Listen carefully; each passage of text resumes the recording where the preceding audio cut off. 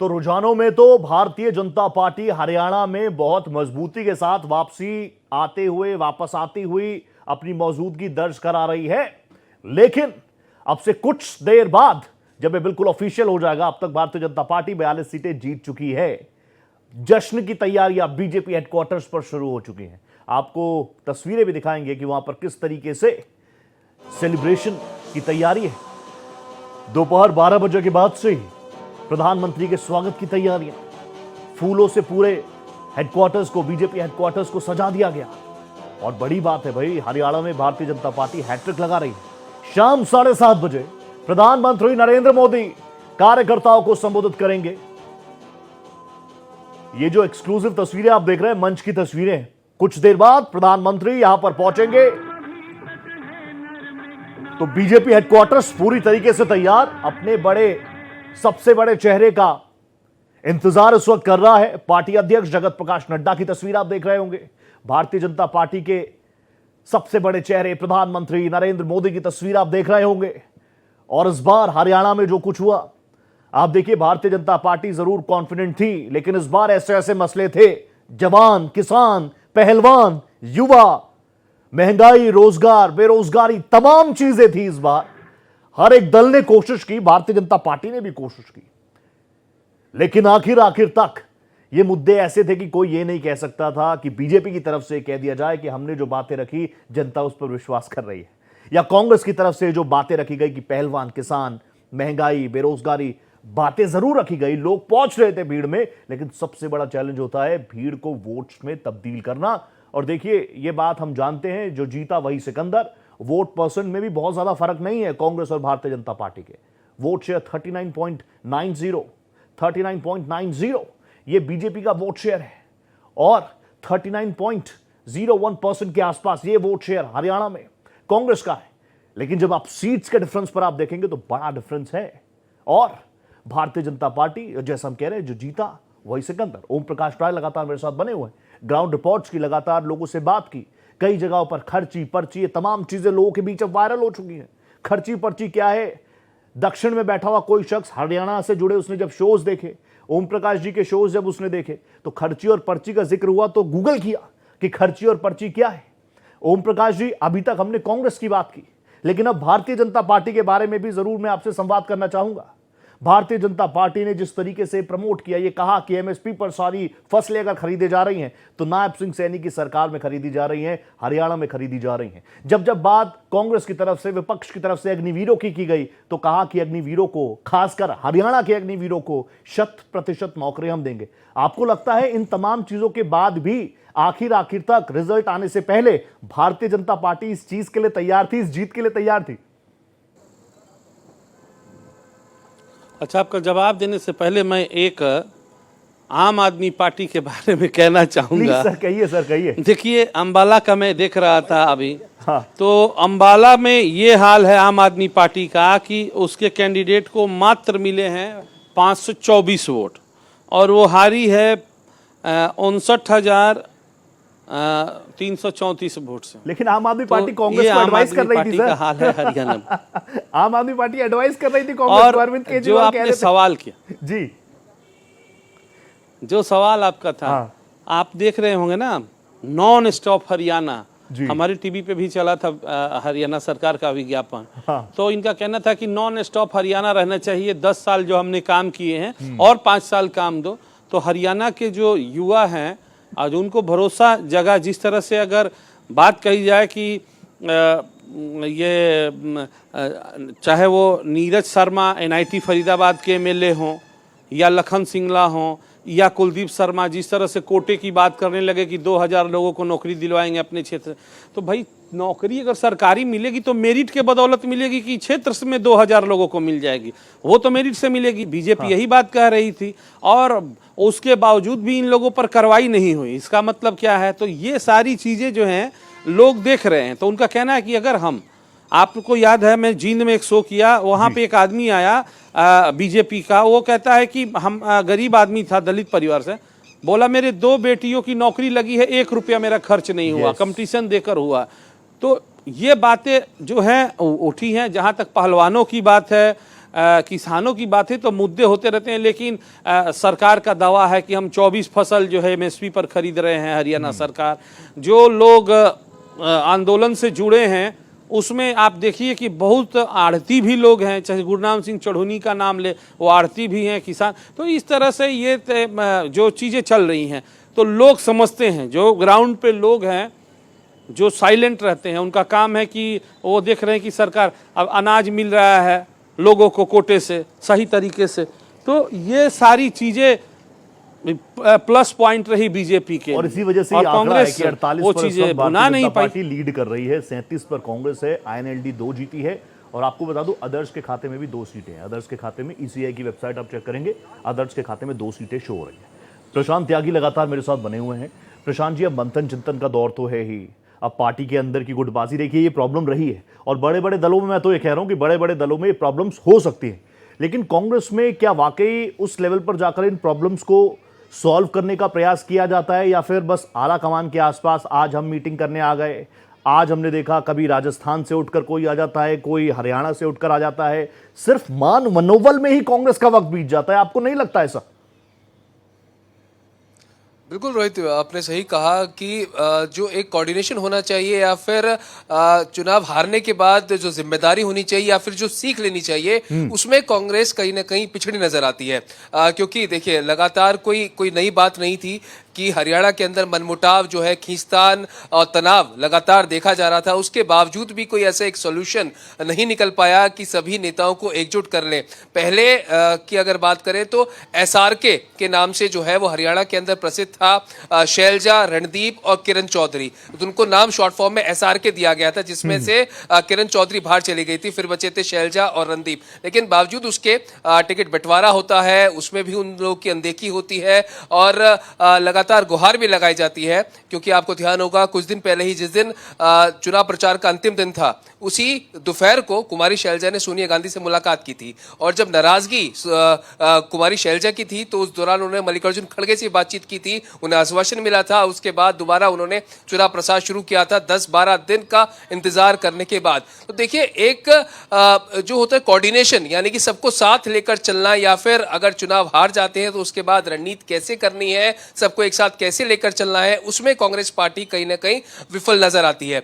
बात करें अगर आज की सिनेरियो की, तो कहां कहां कांग्रेस पार्टी को विफलता का सामना करना पड़ा है, तो दलित वोट बैंक जो है उसमें भी कहीं ना कहीं सेंध लगी है। क्योंकि देखिए, इनेलो का जो गठबंधन था वो बसपा के साथ, तो वहीं चंद्रशेखर आजाद की पार्टी का गठबंधन जेजेपी के साथ, तो 2 जगह तो वहां पर वोट कटे। साथ ही साथ कुमारी शैलजा की जो नाराजगी है वो पार्टी को भारी पड़ती नजर आई है, क्योंकि 21% जो है वो दलित मतदाता है प्रदेश के अंदर, जिसमें से करीब कहा जा रहा था 1-1.5 हफ्ते पहले कि 8 से 10% जो दलित मतदाता है उसके अंदर नाराजगी है। क्योंकि एक मोमेंटो जो प्रदेश के अंदर बनाया जा रहा था वो हुड्डा के आसपास ही घूम रहा था। तो दलित मतदाताओं में कहीं ना कहीं ये बात थी कि एक जाट लीडर ही हमारा मुख्यमंत्री बनने जा रहा है, तो शायद उसकी वजह से भी कदम पीछे हटाए। और जो बड़े नेता हैं, जो कुमारी शैलजा है, रणदीप सिंह सुरजेवाला है, वो चुनाव लड़ने के इच्छुक थे, मैदान में उतरना चाहते थे। तो जब हमने भी कुमारी शैलजा से आज बातचीत की थी, आपने देखा होगा, तो उसमें भी कुमारी शैलजा ने ये बात एक्सेप्ट की है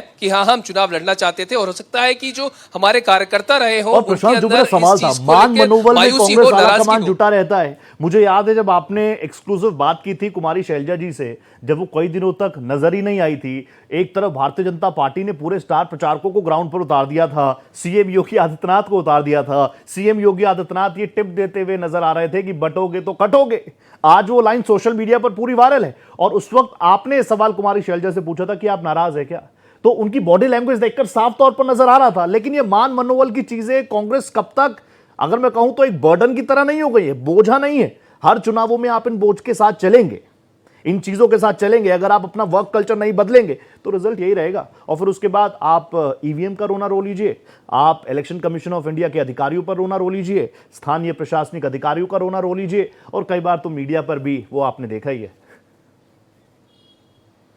जी बिल्कुल रोहित, इसलिए मैंने कहा कि अगर आप पिछले कुछ चुनाव उठा के देखें तो फ्रेंचाइज मेथड जो है उससे कहीं ना कहीं गलत। कांग्रेस पार्टी को बाहर आना पड़ेगा। और क्योंकि राजस्थान की बात कर ले, मध्य प्रदेश, छत्तीसगढ़ और अब ताजा उदाहरण जो हरियाणा, वो कहीं ना कहीं एक फ्रेंचाइज ही के आसपास जो है वो सब कुछ घूमता नजर आता है। तो कांग्रेस पार्टी को इसमें चिंतन और मंथन की खास तौर पर जरूरत है। राहुल गांधी को इस पर सोचना होगा, विचार करना होगा कि जहां वो एक तरफ सबको एक साथ लेकर चलने की बात करते हैं, तो जो रियलिटी होती है, जो कोई स्तर होता है, चाहे राष्ट्रीय स्तर हो चाहे प्रदेश स्तर हो, उस पर वो चीज कारगर क्यों नहीं साबित होती। क्योंकि एक उदाहरण के तौर पर हमने ये खबर अपने दर्शकों को दी थी कि केंद्रीय चुनाव समिति की जब बैठक हो रही थी तो राहुल गांधी ने साफ तौर पर कहा था कि बतौर नेता विपक्ष मेरी ये रिस्पॉन्सिबिलिटी बनती है कि समूचा विपक्ष को मैं साथ लेकर चलूं, इसलिए आम आदमी पार्टी को भी इस गठबंधन के अंदर, हरियाणा के अंदर कंसिडर करना चाहिए। और उन्होंने कहा कि 5-6 सीटों पर बातचीत की जा सकती है, लेकिन उसके बावजूद भी ऐसे कुछ प्रदेश स्तर के नेता रहे या फिर कहें कि केंद्रीय नेता रहे कि जिनकी वजह से ये गठबंधन नहीं हो पाया। और पूरे चुनाव प्रचार में आप देखें, जब अरविंद केजरीवाल मैदान में उतरे तो एक बार भी कांग्रेस पार्टी या फिर राहुल गांधी को उन्होंने हिट नहीं किया। तो ऐसे में अगर अरविंद केजरीवाल को साथ ले सकते थे तो एक तरह से कहते हैं वेपन की तरह उनको यूज किया जा वेपन के सकता था, तौर एक पर वेपन इस्तेमाल की किया तरह जा वो उनके सकता था। लिए यही सवाल कांग्रेस लेकर पार्टी मैं की ओम तरह प्रकाश काम जी आपके करते। पास आ रहा हूं।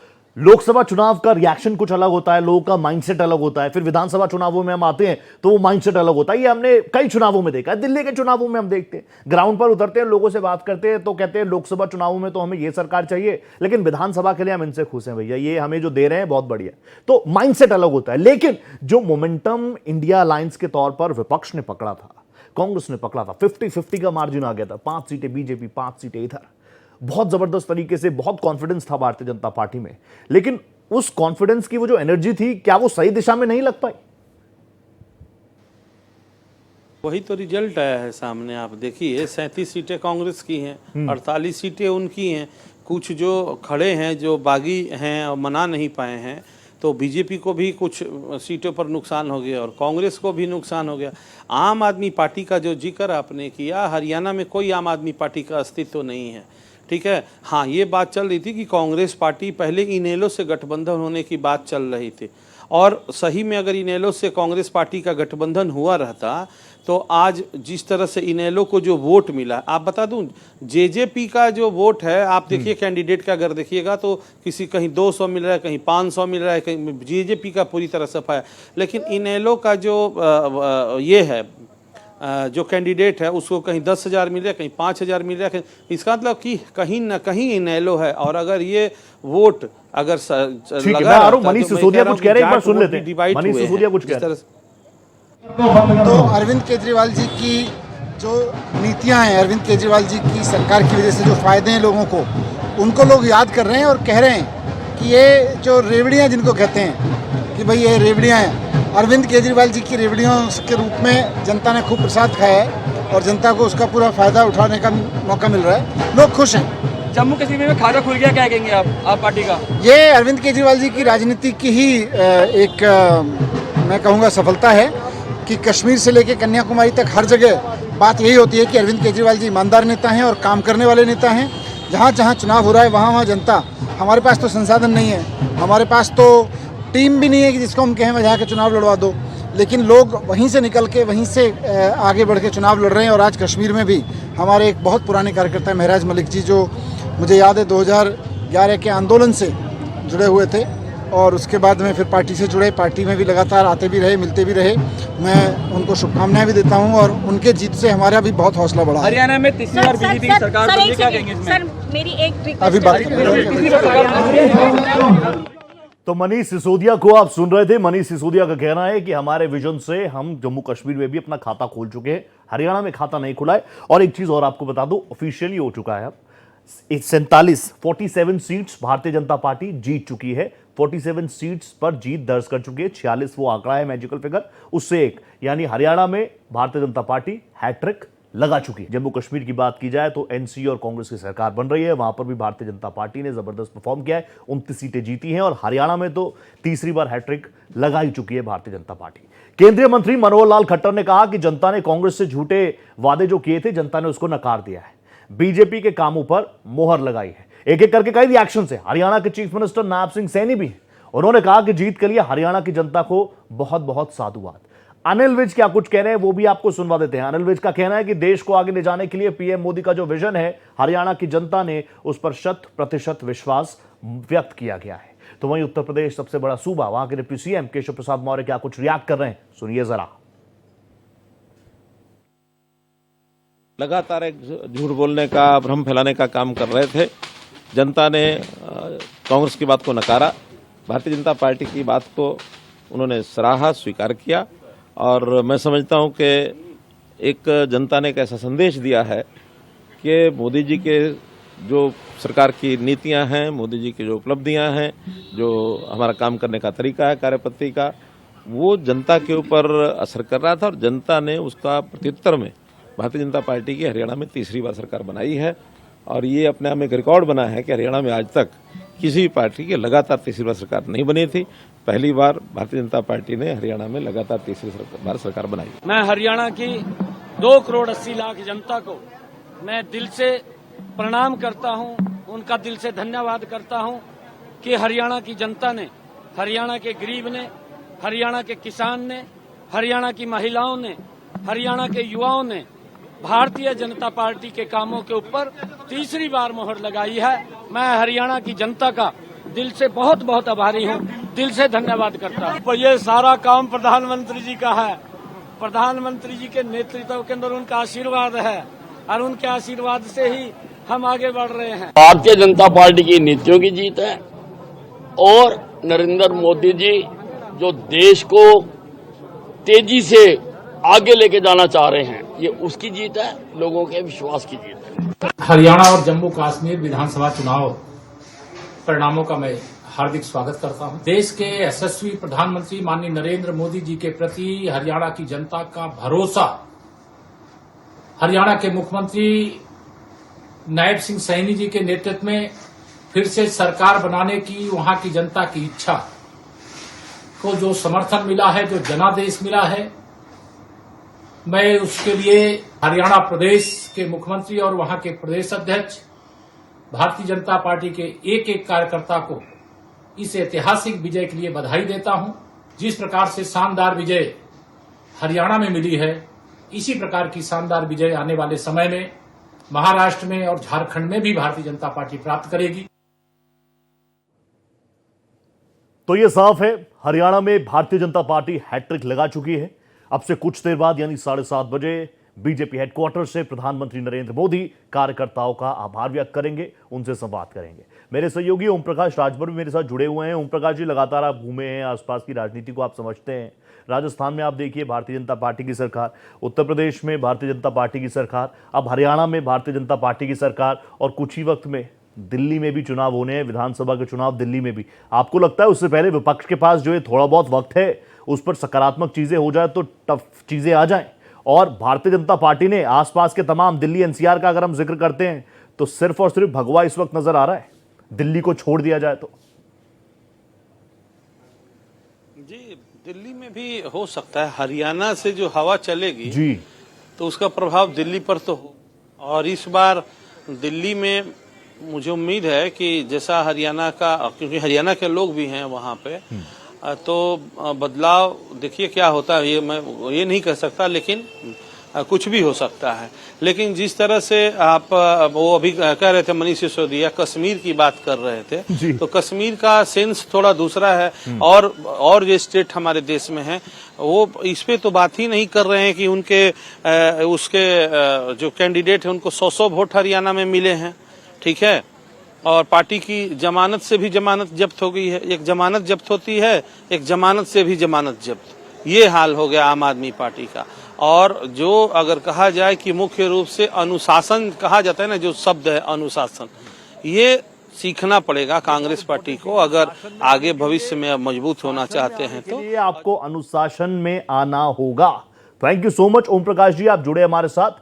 तो ये बात बिल्कुल साफ हो गई है कि हरियाणा में भारतीय जनता पार्टी हैट्रिक लगा चुकी है।